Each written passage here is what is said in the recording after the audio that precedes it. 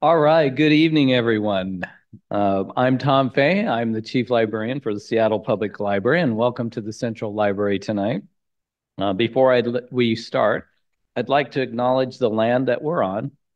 The Seattle Public Library is on Indigenous land. These are the traditional and unceded territories of the Coast Salish people, specifically the Duwamish people, past and present. We acknowledge the land with gratitude. And I say these things, as always, as a reminder, as we have all of these resources around us. It's a great opportunity to always find out more about our history, both that from the past and some of the current knowledge that we've gained over the years.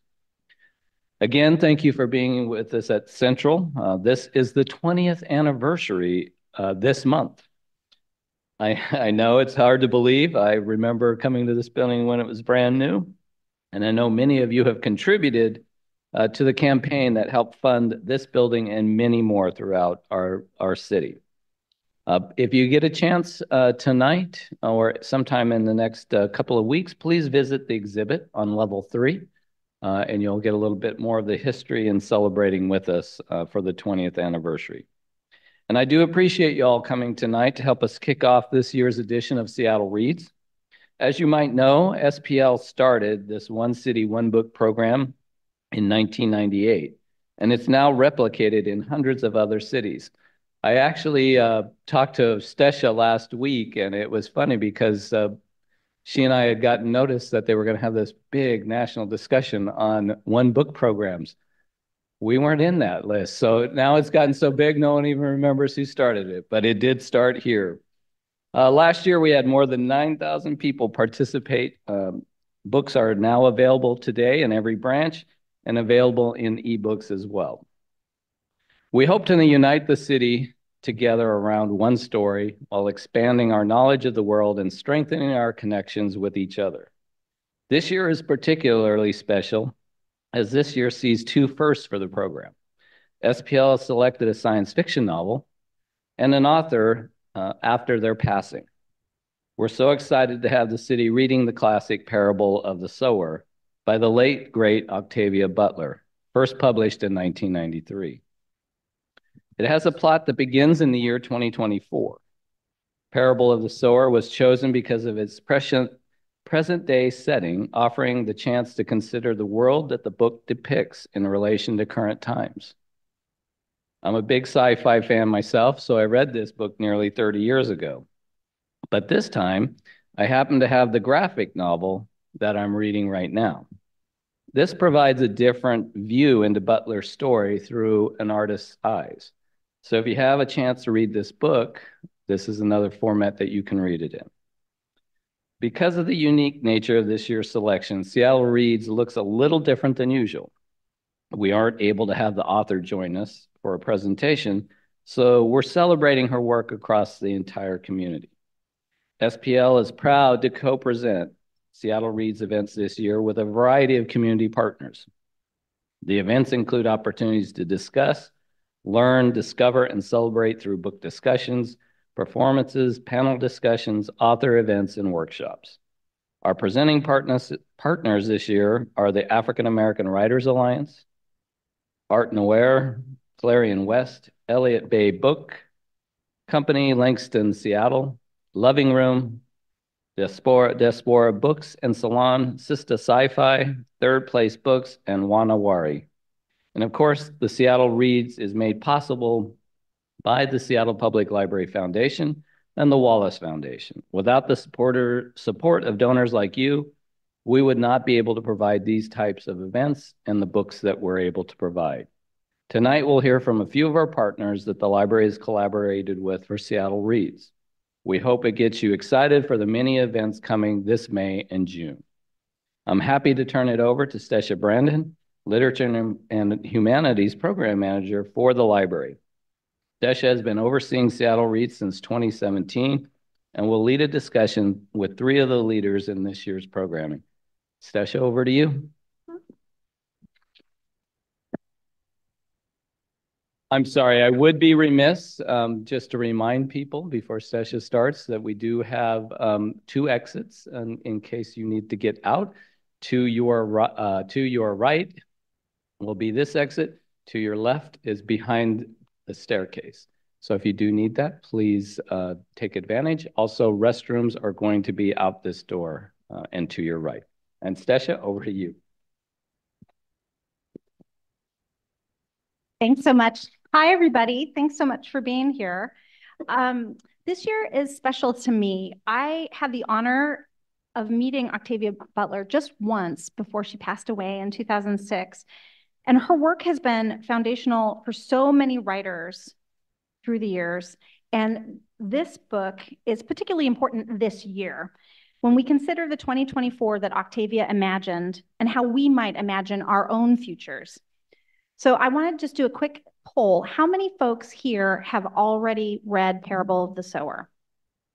Okay, good. Yeah. I was going to give a little, we might have a few little spoilers tonight. For folks that haven't read it yet, I do want to let you know it can be a little bit of a tough read. The first half of the book is pretty grim. But I want to assure you, we wouldn't choose it if it wasn't worth it. It'll become clear. I think one of you told me after chapter 18. So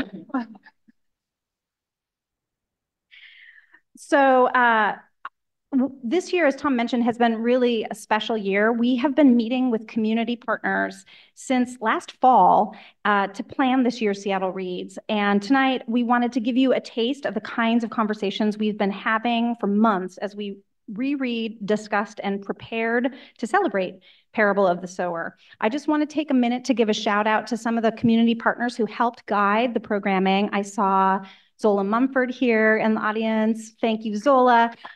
Did you go? Marnie Chua from Clarion West is up in the stands there. I also saw that we have Maggie Block from Hinton Publishing is here. Sorry to put you on the spot there, Maggie. Jordan Amani Keith, who's going to be one of our panelists and one of our presenters at the Genius Conference, is here tonight too. So we're so grateful to everybody who helped guide and shape this year's programming. And if I somehow didn't see you, but you were part of our programming, thank you so, so much. There are more than 20 programs and events this year, which is a lot. As Tom mentioned, we've divided them into 4 categories: discuss, learn, discover, and celebrate. And you can find most of the programs listed in the Seattle Reads discussion guide. Here's my prop. But for a few more programs are in the works. So for the most up-to-date information, please visit our website, spl.org/Seattle Reads, or you can scan that QR code from your seats and get the website there. More programs will be added to the website as they coalesce, is the word I'm using. So the panelists tonight have been integral to the program planning and have really been essential to the community-led programming for this year. So I'm delighted to introduce you to them all. So without further ado, Kristina Clark, would you come on over? Kristina is the owner of Loving Room Books, Diaspora Books and Salon, which is a community reading room featuring various genres of literature by Black and African writers for readers of all ages. And we've already had our first event at Loving Room, on the 22nd of April of Reading the Future's Black book group, which was amazing. Brooke Bosley, come on down.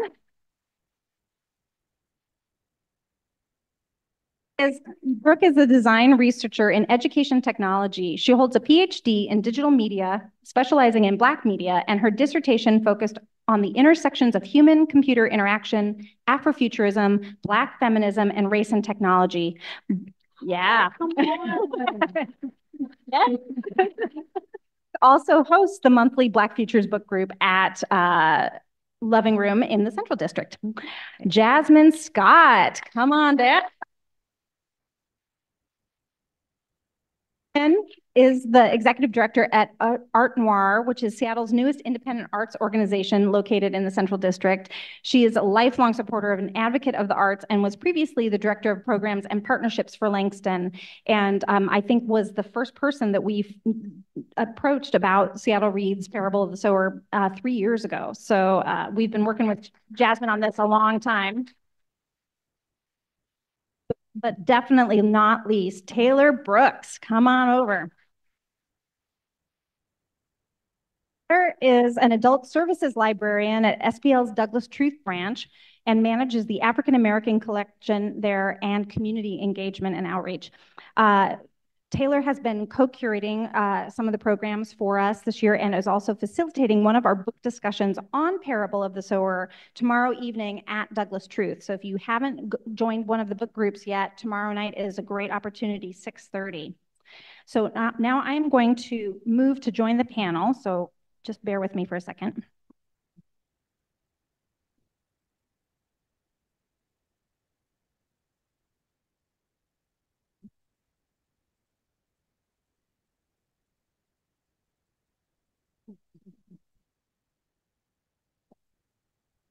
Okay, everybody still hear me? Okay, great. Thank you. Well, so I have a few questions to get us started, but I wanted to make sure that you knew that you'll have an opportunity to ask questions as well. So as we're chatting tonight, be sure and take note if you have something that you want to ask our esteemed panelists. So I would like to start by asking each of you to tell us a little bit about yourself and the work that you do in community. Yeah, good evening. Can everybody hear me okay? Cool. So thank you, Stesha, for the warm welcome. It's an honor to be here tonight and really an honor to be part of the efforts to bring Parable of the Sower to our Seattle community. My name is Kristina Clark. My pronouns are she, her. Oh, okay. Sorry about that. I'll try and stay right here. Catch me on one angle.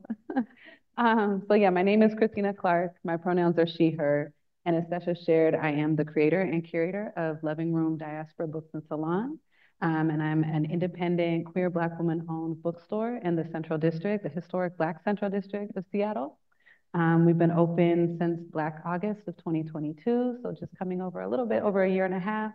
Very small, intimate space, and really the goal is not only to introduce local readers and especially Black folks to connect with our narratives and our histories through our written word, but also to create a space for a collective Black ancestral healing and transformation through African diasporic decolonial aesthetics and engagement with our literature. A little bit about me. Thank you. I'm also from Seattle. I grew up here. I'm a parent. I have 2 kiddos, and a lot of what compels me in my work, not only through Living Room, but in other areas of my life and in community, is thinking about the futures that we're building for my children and for their peers. Thank you. Brooke, could you tell us a little bit about your work? Yes. So I am from Stone Mountain, Georgia, and I relocated here a year ago, but my work has been based in the community. So the reason why I mentioned the South is because it's so essential to the work that I do with Living Room and how we're doing the doing the Black Futures Book Club and reimagining and envisioning Black futures through Black speculative authors. So yeah, a lot of the work that I'm interested in is community and equity based. Thank you. Jazmyn, Art Noir. So, okay, good, that works. I'm the girl that brings paper notes. That's one thing you should know about me, I guess. So when you see me fumbling. And so I wrote down, because I want to make sure I'm clear when I talk about Art Noir, first and foremost, before I talk about myself, because we, like Stesha said, we are a relatively new entity here in Seattle. So Art Noir is a decades-long vision of our founder, Vivian Phillips, who realized that vision in 2021 when we emerged as an online publication dedicated to showcasing and uplifting Black artists, and Black culture. And after that, we incorporated as a nonprofit. We later opened our brick and mortar space in the heart of the Central District, just down the street from Kristina and Living Room. And we did that in the fall of 2022. So also right after Kristina did. So we've been celebrating these firsts together. Our physical space further expands our reach, and it complements our online publication, and it allows us to celebrate the creativity of Black arts, of the Black arts community locally, nationally, and internationally. If you haven't been there, our space boasts a state-of-the-art gallery that showcases and sells the work of Black artists. Everything sold in our retail shop is made or created by a Black artist or maker, and all of our vendors are either paid upfront, so they don't have any consignment, or they are paid 100% of the net proceeds from the sale of their products that we work in collaboration with them to produce. So we were really about generating revenue for Black artists. And then this year, we are going to introduce the second phase of our space, which is going to be a small recording studio for training young people in audio and music production. And in addition to that, we will have an art and maker space that will be available for classes and for artist use. So if you're not familiar with our mission, it is to create space, stability, opportunity, and training to serve the needs of the displaced Black creative community through our permanent location at Midtown Square. And I'd just like to acknowledge that we have done that by taking ownership of our space and ensuring a lasting legacy of Black art and culture in the community. So that's just an accomplishment that we made just at the end of last year. We are owners, we're permanent, and we're not going anywhere. So that's something to be celebrated as we continue this work. And so about me, I mean, I live and breathe what I do. So I think that'll be explained through this conversation. And I'm happy to be here. Taylor. All right, can everyone hear me? Okay, it sounds that way. So first of all, I'm so honored to be on this panel with these esteemed guests.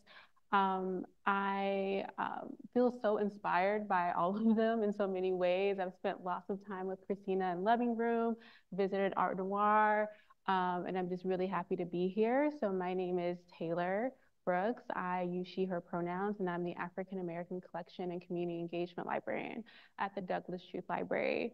And the African American Collection is actually a really historic collection in Seattle. It was started in 1965 by the Alpha Kappa Alpha sorority, specifically the Delta Upsilon Omega chapter, and now has over 10,000 items. The last time I checked, it was 10,817 items. A lot of my work really revolves around the stewardship of that collection and working on efforts to really amplify the presence of that collection, because it really is a valuable resource in the community. It's in the historic Central District, but also it works on building community relationships and making sure I show up for some of these wonderful panelists, for other folks in the community, being that librarian that is available for folks.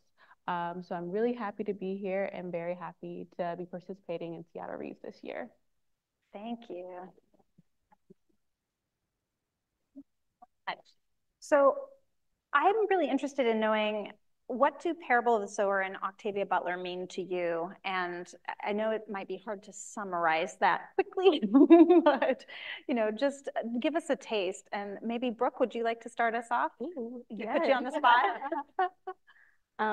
Octavia Butler's work, and especially Parable of the Sower, at the end of the day, to me, it really is about community, but also how do you foster and create something new?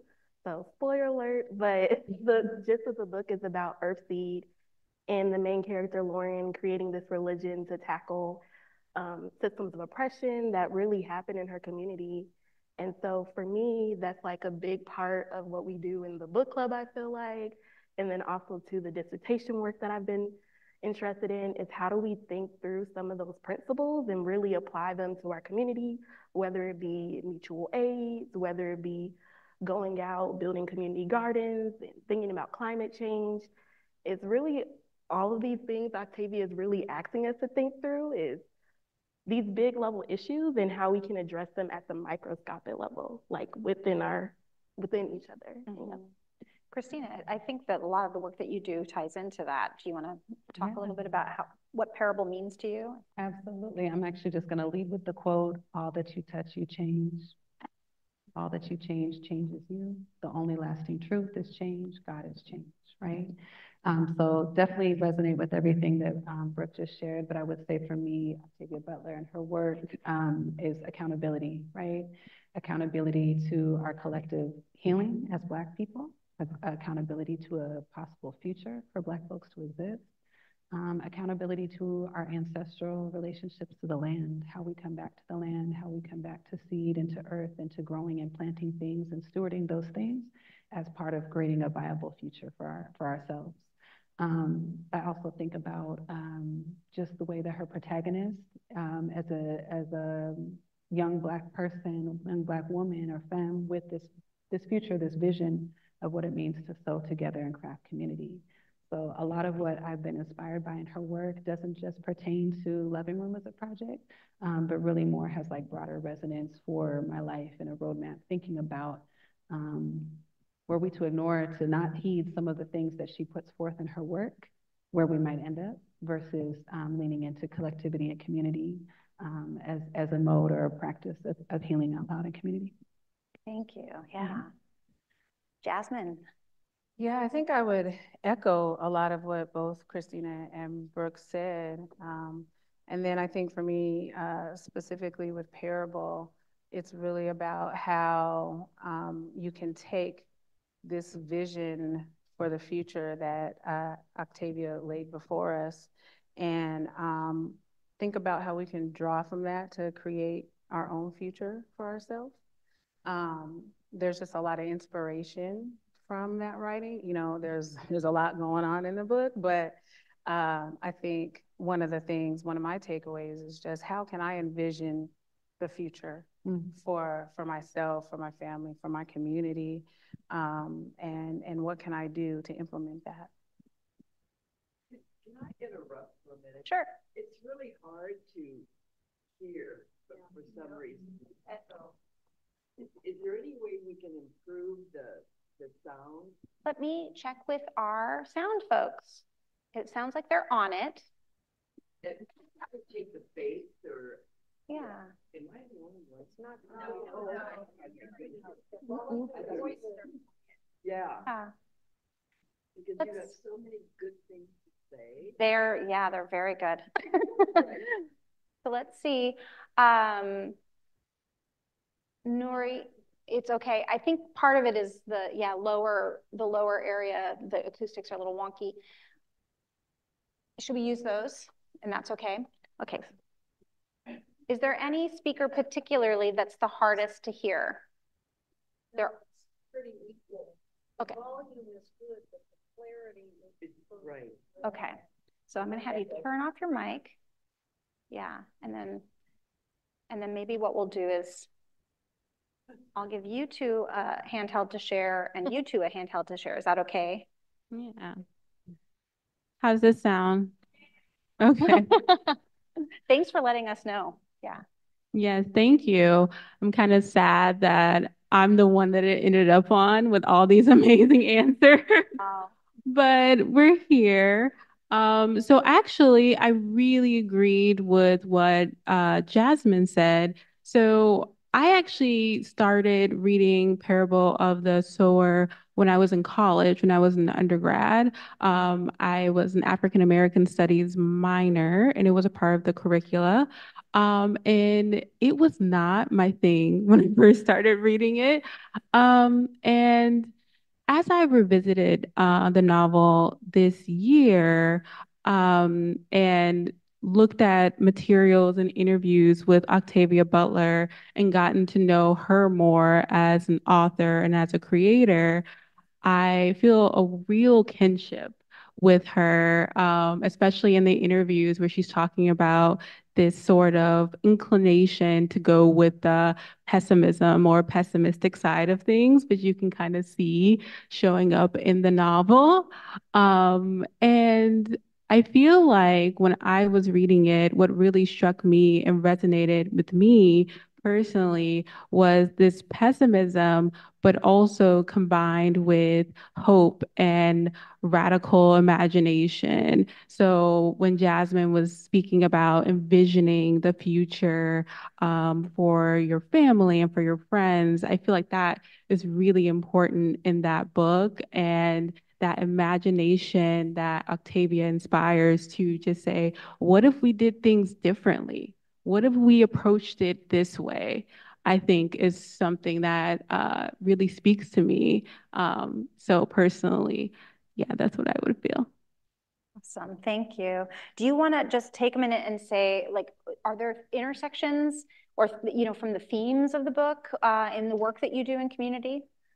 Yeah, so, as a librarian, I feel like what really struck me was the knowledge sharing that's in the book, and that's the idea of kind of planting seeds for growth. And so the work that I do, I'm thinking specifically around an event that I did only a week ago with some elementary school students. Um, it kind of encompasses all of that. So sharing knowledge, sharing information, planting those seeds so that they can continue to grow in the future, I think is really what librarianship should be all about. Inspiring younger generations, inspiring your community members, and also being that voice and that person of trust in your community. Great. Jazmyn, do you see intersections between the work at ARTE NOIR or other work you do in community? I love that. I love that. I wrote that down for sure. Yeah. I mean, and just really briefly, like when I was thinking about themes and everything, it's, overcoming challenges and adversity, combating social inequality and economic disparity, resourcefulness, building solidarity within the community to fight systemic oppression, and just really everything in between. And when I was looking at this question, I realized that it's something, that we do without even realizing it. Realizing that a lot of the ways in which I and we, all of us, approach our work really mirrors those concepts of hope and action, again, towards a better future. And so I really do see not only intersections, but a real connection. And so I recognize in preparing for this that that is something that I'm doing every day. Yeah, yeah. Kristina, what about you? Yeah, I truly appreciate this question. And I'm actually going to reflect back to when I first encountered the novel, which was back in around, I want to say 2013. So it's been a while since the first read that I had. And actually, a lot of what shaped and informed me just encountering Octavia Butler's work and Parable of the Sower, and then later Parable of the Talent specifically, were connections and relationships with folks here in our local Seattle community whose work has been shaped and informed by the concepts that she brings up in the novel, and people who have been imprinted in their work as artists, as activists, as community builders and healers. I like this part of why this book is so resonant for me, because I've been able to see individuals who are involved and invested in many different disciplines, but also different generations who are inspired by this work, and then thinking about what are the lessons and what are the points of aperture as far as like how we think about constructing a future. And so I'll talk more about that a little bit later, but I think at that time in my life, what really just got me thinking was, if we were to end up in some kind of a post-apocalyptic scenario like this, right? And we did have to come back to the root of living and the root of constructing an existence for ourselves as community, what are the different skills and ways of knowing and being that we might need to cultivate? And where do those align for me personally? And so there are many different disciplines and crafts and things that I've pursued that I think indirectly are informed by me engaging with this text. I can't call myself a textile artist, but I'm a textile enthusiast, specifically different kinds of ancestral African diasporic modes of textile and garment construction and design. So even like back in 2017, my daughter and I we spent about 3.5 months in Nigeria so that I could study traditional dye with indigo, natural dyeing with indigo, and also weaving. So from like the seed, from spinning the cotton by hand, to be able to weave on a vertical loom. That like imagination about just going back to the source material and being able to construct and create something from the earth and from those raw materials, that vision is like very deeply imprinted in me. I think a lot about the environment, about our relationship to like consumption and consumerism, and how that's leaving an imprint on the planet right now for very, very damaging and devastating ways. And what our responsibilities are as a global community to be able to kind of stave off the level of destruction with the environment that we see illustrated in the novel. So, I'm also an advocate for things like slow fashion, ethical consumption, ethical fashion, ethical consumerism, to the degree that that exists within late stage neoliberal capitalism, right? There's only so much we can do. But yeah, I think just completely independent of the work that I'm doing with Loving Room, there's many ways that I've been shaped and imprinted by her work, by this book specifically. And Brooke, you got a PhD in this. I did. Yeah, do you want me to talk about it from that lens or? Whatever resonates for you. Yeah. I think the PhD lens makes sense. So for me, one of the biggest parts of looking at Parable the Sower and applying it to the work that I was doing in graduate school was thinking about how we could use it as a tool to like help change our communities. And then how can it be a practice for designing different technologies and different human-centered and equity-based tools. So one instance was we were thinking about how to create an Afrofuturist green book that thought about mobility and Blackness in the future. I like to say that Afrofuturism and Parable the Sower essentially is about Black livability. Like, how do we create livability for everyone? And at the core of it, how do we create it at the Black lens? And so those are the themes that I've been pulling from Parable the Sower to like help create and think through and have just been essential in like the work that I've been doing, especially with Kristina and the book club as well. Thank you. I'm just so excited that we're working together this year, y'all. Let's talk a little bit about how we're collaborating this year and give folks a taste of what they can expect. Let's see. Well, Brooke, since you've got the mic, let's go ahead and say, can you tell us a little bit about what you'll be doing with us for Seattle Reads? Yes, so I'll be doing some book discussions like Stesha mentioned earlier. Kristina and I kicked it off earlier. I did a panel at Art Noir. Thank you, Jazmyn, for everything. Where we talked to artists here who are locally who are thinking about Parable the Sower and their artwork. I have something coming up with Taylor in June where we're thinking about Afrofuturism and pessimism and optimism in the book. And then I'll be doing another facilitation at Rainier Beach in June 6th. So I'm really excited. Yeah. And all these other things to think about the book. Yeah, thank you. And Kristina, you were our community liaison this year. Well, actually, over last year and this year. And can you tell us a little bit about what that entailed? Yeah, so being a community liaison is, I would say I'm very humbled to have been sought after by the library for this role. I think there are so many people in the Seattle community who could have really served in this capacity and done it, you know, beautifully and with diligence and thoughtfulness. So thank you, Stesha. I feel like a baby in this work because there's a lot of folks whose work I'm looking to. But as far as the work, you know, Stesha and I had a lot of thought partnering about what are the kinds of conversations and spaces that we'd like to see these conversations taking place in Seattle communities? And also thinking about just like levels of participation. You know, we want these to be intergenerational conversations for young people to be engaged, and especially for communities of Black readers throughout Seattle to feel like they have a place in conversations within Seattle Reads.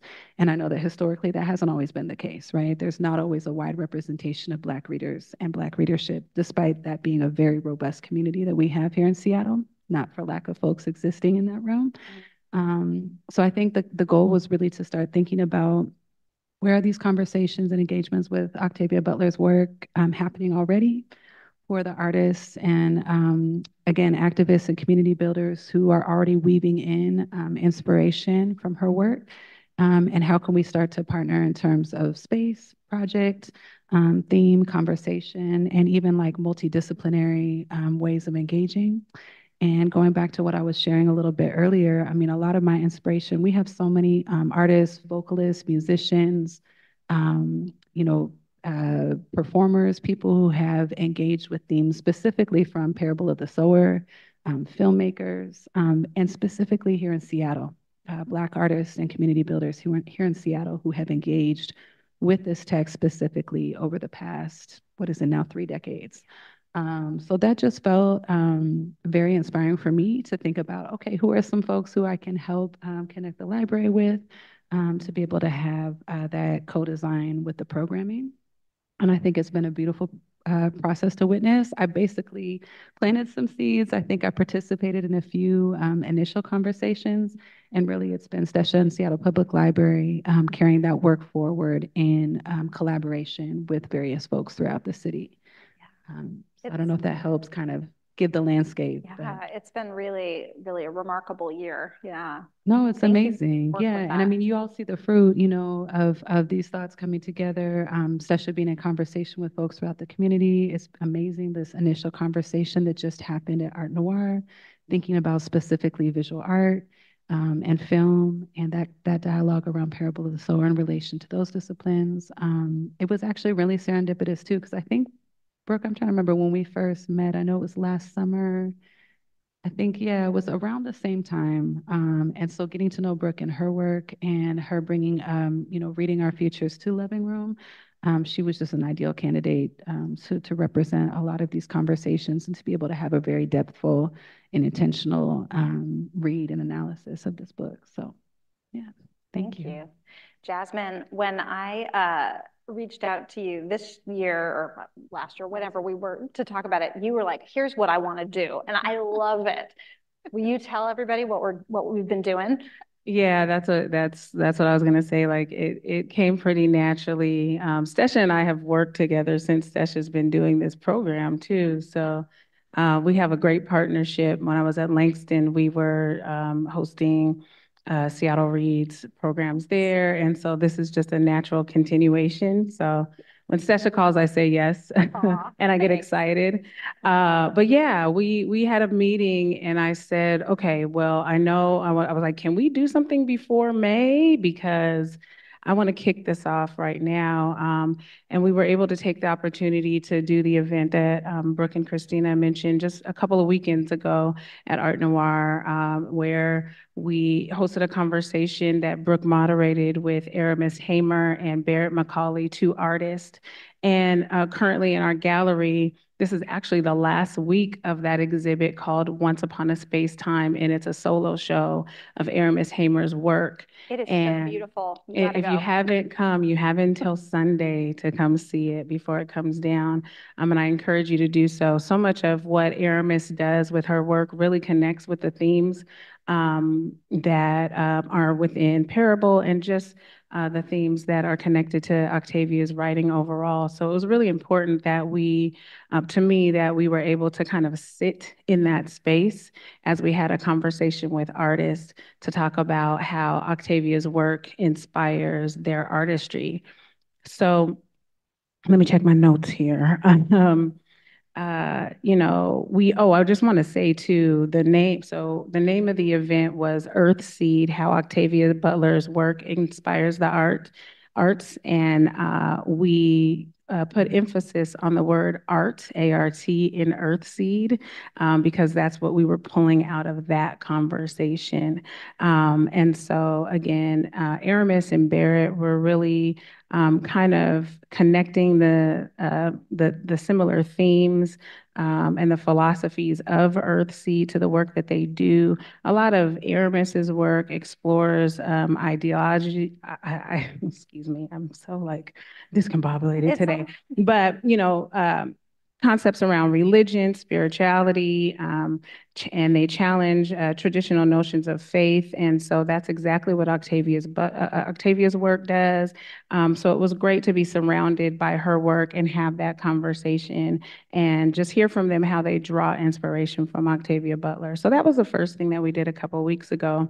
And then in June, we are hosting another event called Earth Seed, Growing Change. And for that one, we're emphasizing the word seed in Earth Seed. And we'll shift our focus to the environment and how we can better utilize our natural resources to strengthen resilience and community. So it'll be hosted just outside of ARTE NOIR in the Midtown Square Plaza. And we are going to host a Black and Brown farmers market. All of the vendors there will be providing produce for free to the community. And then we will also have a number of multi-generational activities that focus on health and wellness, nurturing the land and community, and providing resources to the community. So whenever we do programs, especially when we do them in the outdoor space, they're always free. We try to have an offering to the community. And so we're happy to connect some of what we do continuously in that space with the Seattle Reads program. So we hope to see many of you on June 23rd, right at Midtown Square. Thank you. And Taylor, do you want to tell us a little bit about the panel that you're co-curating with Brooke? Yeah, I'll tell about the panel, and also I'm going to be leading a book group discussion tomorrow, which Stesha mentioned. It'll be at 6:30 at the Douglas Truth Library. So if you have time, please come and stop by. This is my actual first time working with Stesha around programming for Seattle Reads, and I'm so happy that it is around one of Octavia Butler's work. And so I am going to be working with Brooke, which is an honor and a pleasure, on an event around Afro-optimism and Afro-pessimism. And we are going to be exploring, it's going to be a panel discussion much like this, but exploring different texts, doing an activity. And I'm also going to be pulling things from the African American collection to put on display. And this event's going to take place in June at Wanawari. So we're really excited to be doing that event in the community. And yeah, really excited to be pulling pieces from the collection to bring in that, like, the collection piece, and also to kind of amplify some of the works that we have on Afro-pessimism and Afro-optimism in the collection. Thank you. I have one last question for the panel. It's going to be kind of a double. So if there's one event that you wanted folks to go to other than your events, of course they're going to come to your events, but if there's something else, is there anything else that you think that people would enjoy to see or do? Or is there anything that you'd like people to take away from Seattle Reads this year? You know, if that's an easier question to answer. I make connections, engage with the partners. There are representatives of of many of the partnerships sitting here today, but participate in the programs, connect with these community organizations, get to know the people behind the work, and really just intentionally engage, get out there in the community, I think is the most important. That's what I would like people to take away. Can I segue on that, Jazmyn? So I would say yes, and also connect with your neighbors, connect with the people who are in proximity to you, right? Like, see each other truly. I think that's one of the warnings, or one of the lessons, is like the fragmentation that happens when we fail to see each other fully in our humanity. So see your neighbors, see your community.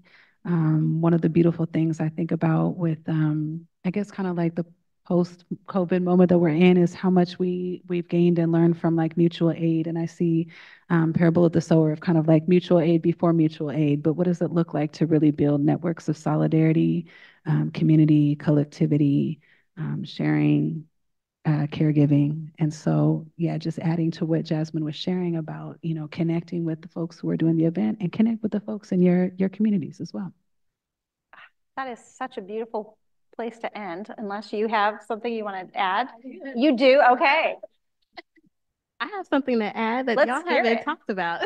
Excellent. I would say, if you take anything away from this book, is to look at what Parable of the Sower has influenced. Like, artists have been influenced by it, writers. We haven't talked about Adrienne Maree Brown's emergent strategy. Everyone has been influenced by it. So, you know, that's a good thing to learn from, like, the different events and stuff. So yeah, that's my main takeaway, is look and see what is, you know, fruited in, and like what everything is, what people are doing. Thank you so much, and sorry to cut you off there, you know. Do we have time for a couple questions? Yeah, from the audience. I'm not exactly sure. Do we have a mic to run to them? Yes? Oh, Okay, Elizabeth. Elizabeth has a question. I have heard the terms Afro-optimism and pessimism in passing, but I thought, oh gosh, I want to know what you could say about that to unburden me of my ignorance. You want me to? I can start and you can fill in the gaps. You know, Brooke has the PhD, so she'll definitely fill in the gaps. I'm a librarian, so I'm gonna recommend some books. So, you know, Dr. Frank Wilkerson, he actually wrote the book on Afro-pessimism, and there is a lot. It's a theoretical term. It's really rooted in academia, so there's a lot there, but when I think about it in the terms of media and literature. So really examining sort of the ways in which systematic racism kind of affects Black folk in particular, and the idea of kind of a unmet sort of social contract, right? And the feeling of, I guess, the lack of sort of the way that I'm thinking about it is kind of almost a defeatist thing, but not in a way that, you know, kind of it's negative, but it's informed. It's an informed defeatism.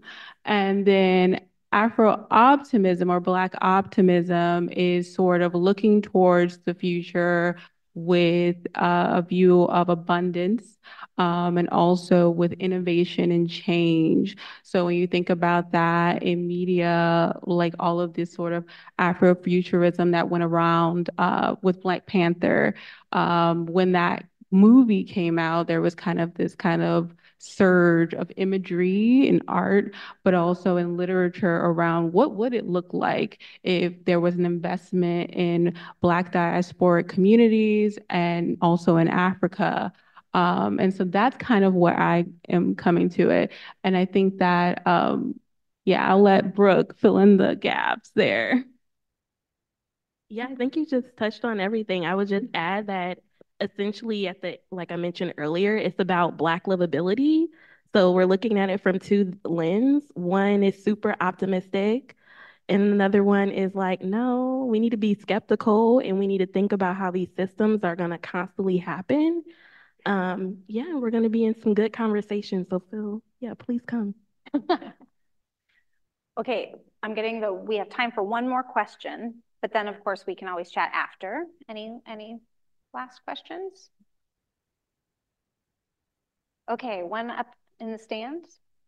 Sure, I can just be really loud. We've got somebody with assistive technology, so let's get you a mic, yeah.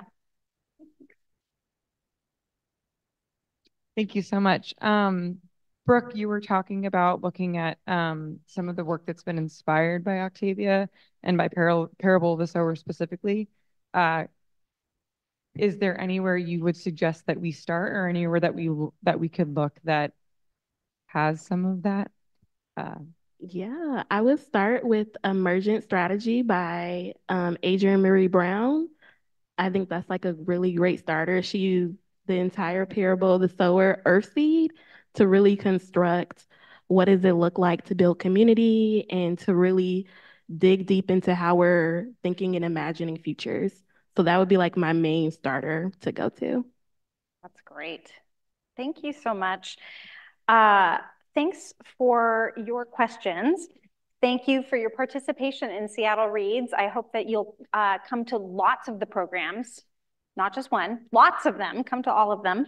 And thanks for your support of the library and our community partners. You can find out more information about Loving Room and Art Noir and the Douglas Truth Library on our website. And we also have in the discussion guide, I lost my prop. We have information about all of our community partners in here as well. Finally, I just want to say a huge thank you to all of our panelists. We could not do this without you, so thank you so much. Let's give them a big round of applause.